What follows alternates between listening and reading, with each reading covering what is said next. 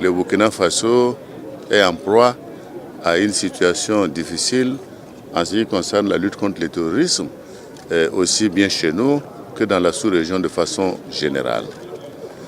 Ce que nous avons pu noter ces derniers temps, c'est de constater que non seulement nous faisons face à ces attaques terroristes, mais que ces terroristes ont réaménagé leur mode opératoire. D'abord, en cherchant à créer, comme on dit, des conflits intercommunautaires et aujourd'hui, des conflits interreligieux. Puisque, comme vous l'avez constaté, des chrétiens ont été tués pour leur foi, pour faire avoir pratiqué leur religion sans plus, sans aucune raison supplémentaire, par des gens qui n'ont pas de morale ni d'éthique.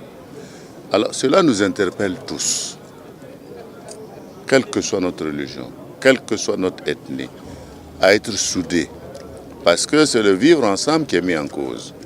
Et je pense qu'il est important que chaque Burkinabé se dise que ce qui arrive aux autres peut nous arriver aussi quelque part. C'est pour cela que la lutte contre le terrorisme, nous devons tous nous y mettre résolument.